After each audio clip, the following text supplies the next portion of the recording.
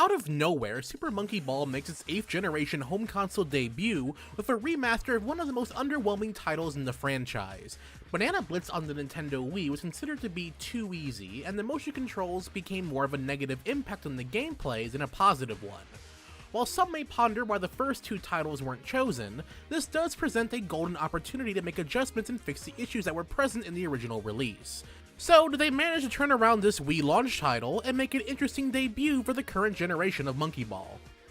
At its core, Super Monkey Ball as a series has addicting gameplay that will stand the test of time, and unfortunately, the motion controls of the Wii original did not.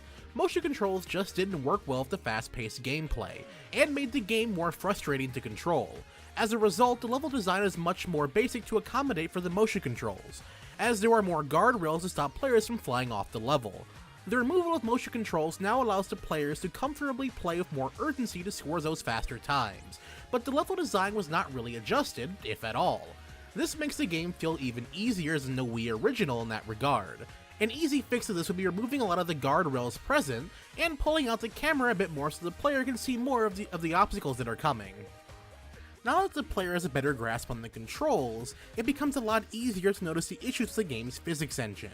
Some level hazards will cause you flying with such a velocity that I was often at times left scratching my head as to what just happened.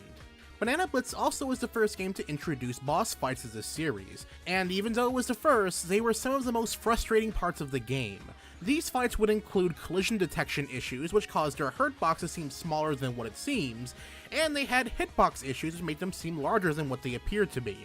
They will also send you flying as if they swung at you with a baseball bat, or at least that's what the visual presentation and the audio of these attacks would lead you to believe. Now, these may sound like they're hard fights with these descriptions, but in all actuality, they're pathetically easy, and they're more of a test of your patience than anything else, as you'll often just find yourself waiting and waiting for them to finish their attacks, then retaliate, and rinse and repeat. The second world boss is especially boring as it has 6 units of health and has slow missile attacks to make you keep waiting. While this may seem very negative so far, do remember that the game at its core is still very addicting as the nature of a Monkey Ball game. I found myself constantly replaying levels for faster times and enjoying my skill growth, even if the bar is much lower this time around. The gameplay is still frantic and fun and can be enjoyed very casually.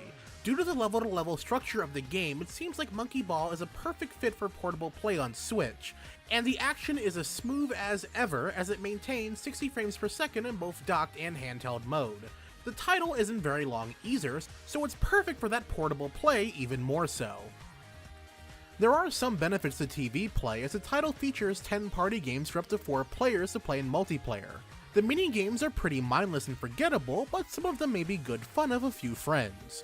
One of these might be the track and field minigame where you try to jump over hurdles to beat your opponents in a race, very reminiscent of Mario and Sonic at the Olympic Games.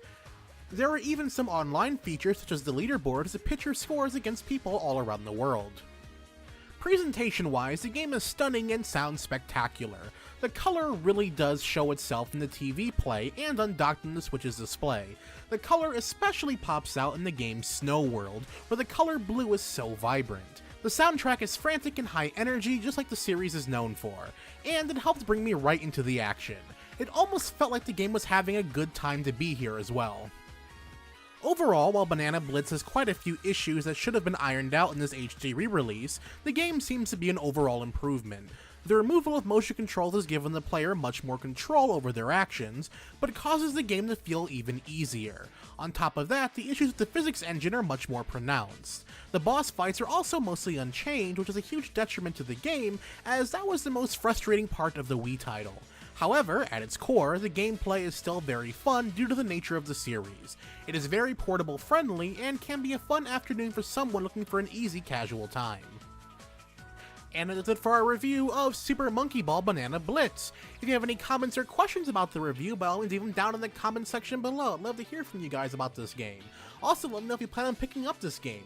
Sure, this game may not be for everyone given the steep price point, but we still recommend this game nonetheless, even with the few issues that we mentioned in this review.